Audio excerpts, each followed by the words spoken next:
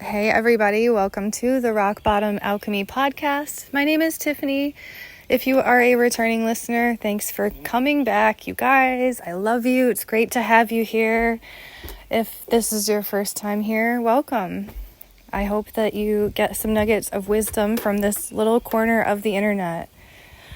Guys, today I thought I would talk about something that when I was in a very traumatized state, I started doing automatically, and only later down the line, I did some research on the why behind it, and I'm fascinated. And if it's not something that you've already implemented, I think that it could help you, especially if you're dealing with like being very overwhelmed, overstimulated, depressed, any low emotion that you might be stuck in, even like intrusive thoughts or fear. I think that this plays a big role in the recovery process that I sort of like felt my way through, right? Like, of course, I was watching videos and I did start to turn my attention to content creators who put out content that healed me rather than scared me. For instance, the news that we watch, that invokes fear. It's, in my opinion, designed to.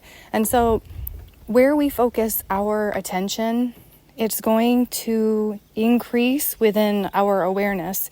So if you are watching the news and you are staying plugged into the latest updates on the political landscape, or even like think bigger, like world news, I don't believe that we as humans were ever meant to be intaking the inundation of stimuli that we do.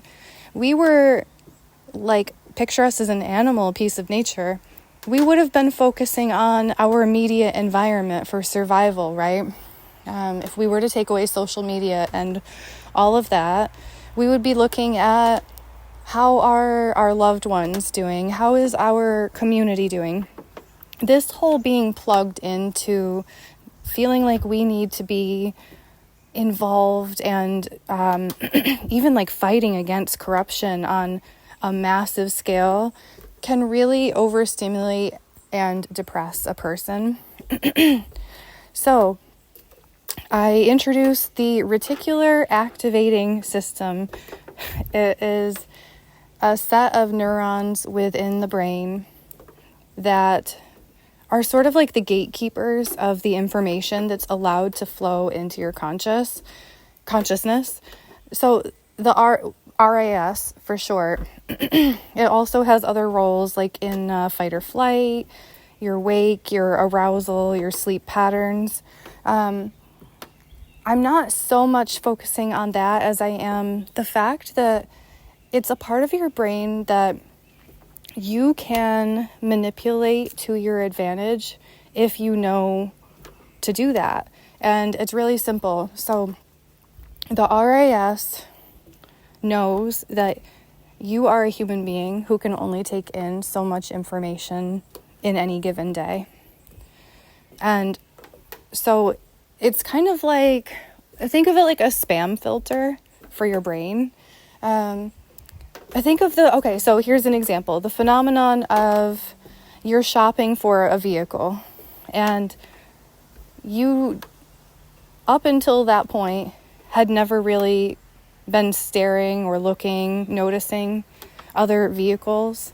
But now that you're shopping for whatever it is, a certain SUV, a certain sports car, now you see that vehicle everywhere.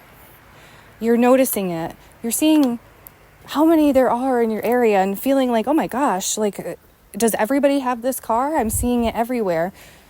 Has there been an uptick? No, it's not likely an uptick. It is just that you have permitted it to come into your conscious awareness. Like when you could be looking for something yellow, look around you. If you tell yourself, I'm looking for something yellow, suddenly you sort of filter out everything that's not yellow, and you can just do like a quick 360 and see, like, is there any yellow in my environment? So the RAS, that's the role that it plays that I think is super cool. And the reason it applies to trauma healing is, all right, so here's what I was doing naturally. I was in a very fearful environment. I was in a home that I did not feel safe in, to the point that I started going and sitting in my car. Financially and for other reasons, I did not feel that I could extract myself from that living environment. So I felt kind of trapped in like danger, like fight or flight. You know, my nervous system, my cortisol, my adrenaline, it was pumping on a daily basis. And so I suppose from an outsider looking in, right, they might have saw my action of jumping into my vehicle as fight or flight. And on some level, that probably is true. There was danger, and I was looking to put as much distance between myself and the environment which was degrading my physical and mental health. But there was another component at play, and I didn't really put a name to it while it was happening. I found myself getting in the car and watching sunsets. Like, I would drive myself to a cemetery that had a great overlook, and I would just watch the sunset in my car by myself. Of course, I get home, that environment was still there, but for that moment, for those few hours, I was able to reclaim autonomy over, at very least, my peace and where my focus went. It's a choice to take control of your psyche. And I understand if you can't get out of a stressful situation, it can be a little bit more challenging, but I still think that there's a lot of merit behind this. So basically what I was doing was seeking things that I found beautiful. I didn't say to myself, you know what?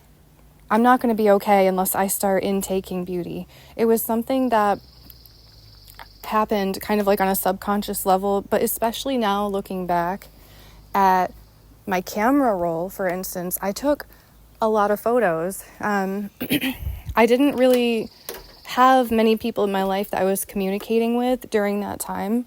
So my photos, my camera roll, it almost became this way of cataloging my life with myself, of capturing things that I thought were beautiful. And so the RAS, because I was looking for things that I found beautiful, it's almost like even though I was struggling with mental health, I was struggling in an abusive home, I was almost like secretly healing on some level because I was choosing to find beauty. So you can apply it to anything. If you want to look for yellow things, if you want to look for a certain model of car, what I'm saying is this RAS, it exists and it functions healthily without us even being aware of it. Like in my case, I was not saying I need to seek out beauty. It's almost like my mind said, girl, you're not going to be okay unless you start doing something good for yourself, like stat, right?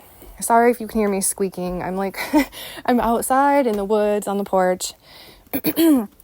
Okay, but so you hear what I'm saying, though? I didn't assign my mind to find beauty. It was sort of like a survival mechanism. And I just wanted to pass that along because maybe if you're trapped in a cycle where things are ugly or dark, depressing, if you're having intrusive thoughts, this is something that you can actionably do. You can take control consciously of your RAS. You can decide to program it so it functions subconsciously, but you can bring, now that you know this, right, you can bring the fact that you can control this into your awareness. So this is a tool that you have already innately within you. You can control your mind, your perception, and your happiness to some degree just based on looking for certain things. I heard another person in a video like a year ago talk about this. They were saying that it was like a husband and wife, and I can't remember why, but they started, it was because they were like out of town. They were away from each other. And so to feel like they were together, to kind of, like bid time until they were back together, they would start sending each other photos of their day. And the story was that they noticed that the more they did that, it was like the more beauty they were noticing in their environment. So, before, the husband was like bummed out because the wife was gone, but he remarked that his life was becoming brighter and better in general because now he was constantly scanning his environment for something cool, something fulfilling, something that sparked joy, like Marie Kondo. She's the, I don't know if you guys know who that is. She's a cleaning influencer. She says to only keep items if they spark joy. And if you pick it up and it does not spark joy, you thank it and release it. You get rid of it, you give it new life. And yeah, so this whole concept has really resonated with me since I became aware that this existed. And then I thought it was really cool that my brain sort of took over and did that for me when I was in serious crisis. And it may not have changed some of what I couldn't control at the time or felt like was out of my control, but it brought me almost like, it's like a sense of peace, but it was like a private sense of peace because I was doing these experiences by myself, for myself. If I knew the alternative was to be in an environment that made me fearful, I would hop in the car and whatever. Like, it was always nature related though. I would go look at the trees, look at the foliage. Christmas time, I would be like, wow, I am so grateful for people who have the energy to put their Christmas lights up because I don't. My life isn't going that way right now. I'm not feeling festive, but I would take myself on a drive to go appreciate the people who had the energy to put beauty out there for others to look at, who did feel festive. And it was this way of filling up my own cup just for me behind the scenes. And you can do this with whatever it is that you find beautiful. I do think that nature is something that I can't say everybody, right? I don't know you, but from what I have observed, because here's the thing, I became very observational during that time period. I started not people watching, but I started noticing what brings other people joy. And a trend that I have noticed is that I am not alone in this whole loving nature thing. I noticed it especially when I was driving Uber, when the cherry blossom trees come out.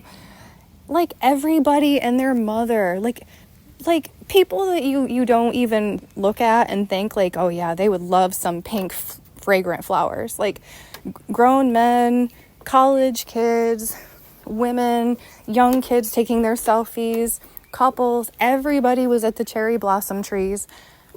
I don't think I have ever stopped at cherry blossom trees. So this was the first year where I did as well. And they smell great, you guys. I didn't know, not only are they like, they're breathtaking, right? It's an honor to stand under a cherry blossom tree, in the same way that it's an honor to witness a waterfall. It's beautiful even when you're not there, but what an honor, right, that you get to witness it. And with things that are much more transient, the waterfall is always there. But with these cherry blossoms, they only come out for like a week out of the whole year. So you can't always have the same sources of beauty to look at. But if you sort of program your mind to search for beauty because it makes you feel good, literally just because it feels good. It feels good to be in the presence of nice flowers. It feels good to witness the majesty of nature. It feels good to release the worries from your mind for a moment and just be, and just absorb good energy. And they say grounding is one of the best things you can do. That is for a reason. The easiest way to ground is just to go outside, to touch a tree, to be with nature, to look at the flowers, to smell that clean air. The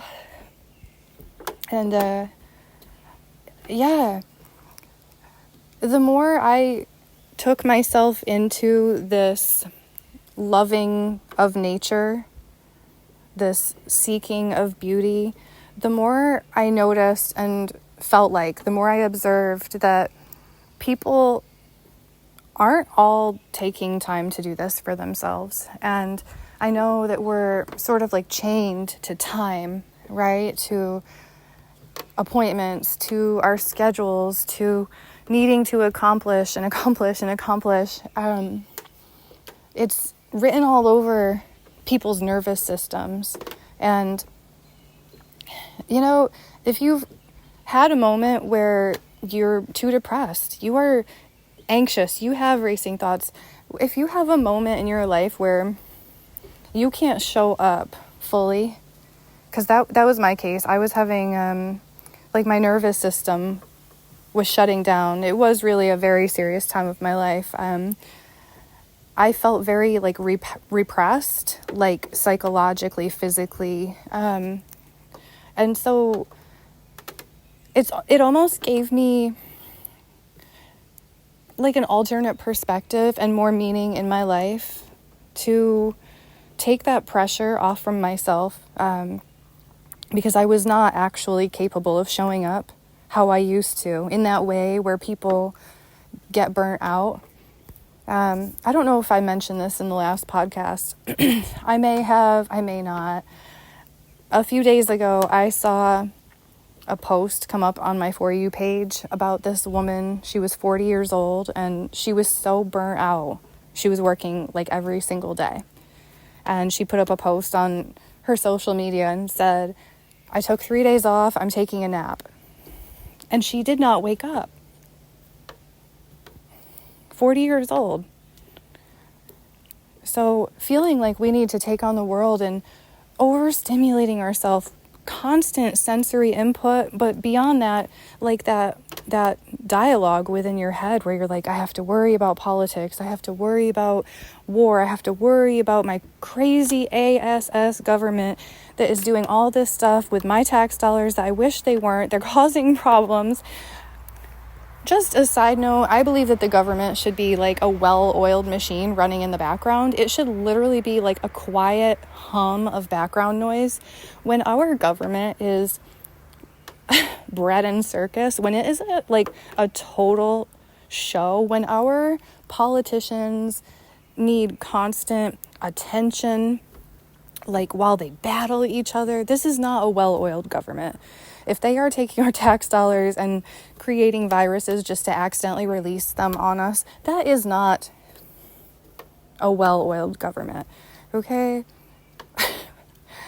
Now, I know it's paying attention, it's watching a train wreck sometimes, and I'm not political in a sense of Democrat or Republican. I'm very freedom-oriented, right? I think that's why I used to get banned on social media, because I don't believe that we have to buy into an us versus them paradigm.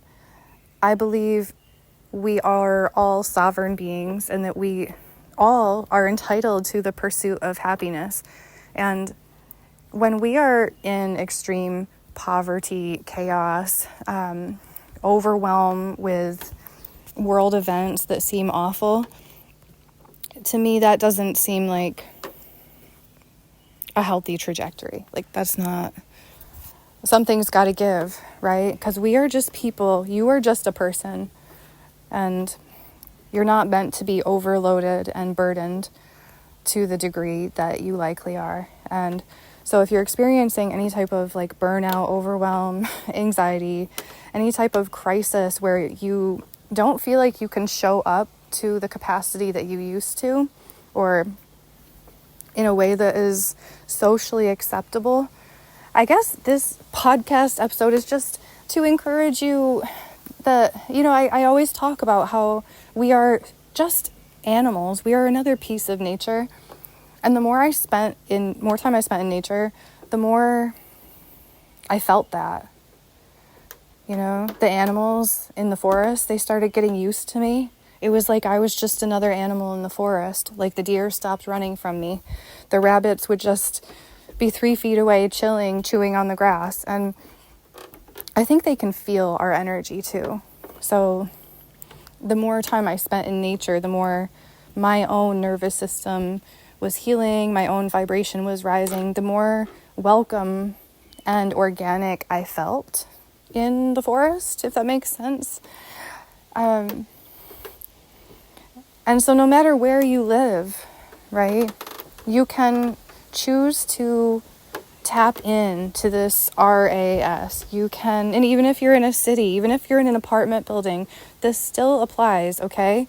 Like, I've been an Uber driver. I am hopefully retired now. It's been 2.5 years. It was 2.5 years of driving Uber, mostly full-time, that whole time. There were a few moments where I took to heal from some of the stuff I went through. But it's not exactly glamorous. It's not exactly comforting, pleasing, or beautiful. Hopping in your old, stinky taxi car. You get all these bodies in your car. Not everybody smells good. The car is... I really had to work some days to feel grounded, to regulate my nervous system. And so just like I had been previously, because I started this before the Uber thing, I started looking for beauty maybe like in the year of 2020. That's when my home life was really bad. So this has been something that I was doing without realizing. I think I became more consciously aware of it when I started driving Uber, because I was feeling really down getting in the stinky old car, spending all of my time with strangers instead of my dogs, instead of being a homemaker, instead of even having a peaceful home to go home to. So at the point that I started Uber driving, I focused on what is beautiful. Tiff, look for the beauty. And that's when I became obsessed with sunsets. Like, I loved sunsets before, but I made a point. I was like, well, if I'm out here exploring, I'm kind of like a little safari car. I'm sort of like on an expedition. This is sort of like a nature walk, a nature drive. And now I'm obsessed with the sunsets, with the flowers in the ditch. There's really beautiful colors right in the ditch if you go for a walk. And because I was in town a lot, I started appreciating architecture. And y'all, we used to have really pretty architecture. Like, this is down the conspiracy theory rabbit hole that I spent a moment down it, but I don't do it as much now. Old world architecture, if you just hop into Google, search up, or like Patreon, Rumble, somewhere where you'll get even more free information than Google, right? Because, type in old world architecture, old world fair. Something changed, y'all. The buildings that we build now are hideous. They are brutalist, which is, I don't even know where that originates from, brutalist. It's like I think it refers to blunt, ugly architecture. Like, picture a concrete building, all sides, just a square, concrete, ugly building. It's not inspirational. It's not something that uplifts you. It took the very least amount of craftsmanship and heart and soul to make, versus look up old world architecture. And you can still find these buildings in a lot of small towns, in a lot of universities. The government has claimed most of the beautiful buildings for themselves, if you notice. So the very most beautiful buildings are under government control, while, everybody else is in these like really ugly box-like buildings. Anyway, these are just things that I became hyper aware of because I was looking for beauty. I had to go to a lawyer's office one day, twice, I think 2 different times. The entire inside, I'm not kidding, the whole thing, the walls, the floor, the staircase, it was breathtaking. It was all this white marble. Like, you don't see that, So anyhow, that's sort of like a side shoot, but even you can apply this however you want. Just start looking for beauty. And if you don't see beauty, the after effect, like this sort of led me down a path of creating beauty. So within my living environment, and you can do this as well. Look around and see where things are just kind of like ugly, dreary, depressing in your living environment. Ask yourself if you even need all the stuff that you have. Opening up a space, less is always more. It's so beautiful when you can move freely in your home, when you don't have that annoying pile of crap on your table, when your entrance is clean. And when you can do little things that elevate it. So, for example, like if there's an ugly lamp, but I need that lamp, I might get like a piece of like lace or like a sheer fabric to drape over it. And suddenly that lamp is no longer ugly. It's this like warm glow in the corner, filtered through like the little holes in the lace type of thing. So yeah, apply that however you need to. And think about a cat. The cat grooms itself how many hours a day? Pretty much every animal maintenances itself. It understands how to stay like healthy and clean. And in that regard, that animal is its most beautiful self, right? Apply this to yourself too. We're not supposed to be like hating our appearance in the mirror. It doesn't make you like full of yourself. To start aiming to love your reflection, and not in a narcissistic way, but in a way of like, you deserve to. As a piece of nature, as a piece of the divine, you should be holding your head up high. You should, you shouldn't be able to have someone come along and insult you and have it ruin your day or change your opinion about yourself. In the same way that if you told a lion, like, you suck, you're ugly, like, is that lion going to be any less because of you? No.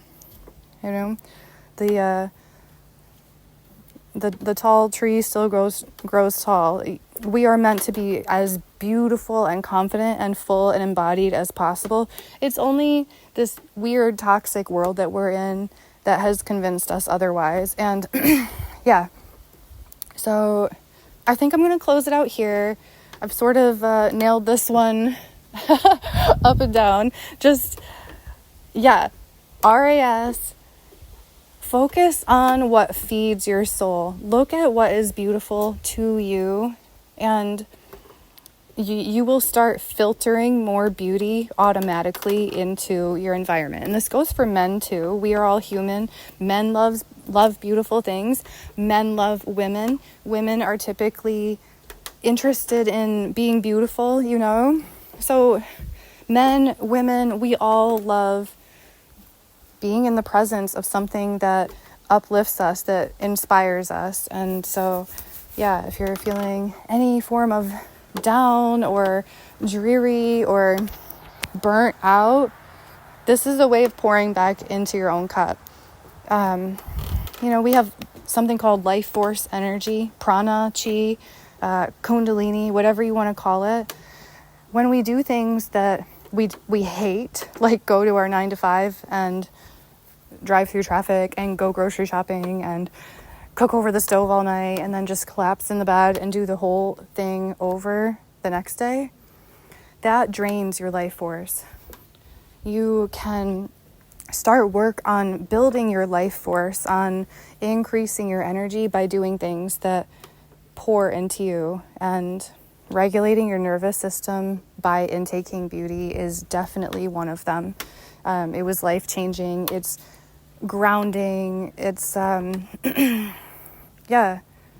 just change where you take your eyes. I talked to someone else recently, and he said he kind of does the same thing while he's driving. He looks for beauty, and it's everywhere if you have eyes to see. And if you don't see it, then start consciously creating it in little ways. Beauty doesn't have to be big. It doesn't have to be expensive. It can be free. It can be adding whipped cream to your coffee and just making it a whole experience. It can be taking the time to put lotion on your face, and then the next time you look in the mirror, you're like, wait a minute, I don't look ashy. I look hydrated. And you do these little things for yourself and it builds, okay? So make sure you love yourself.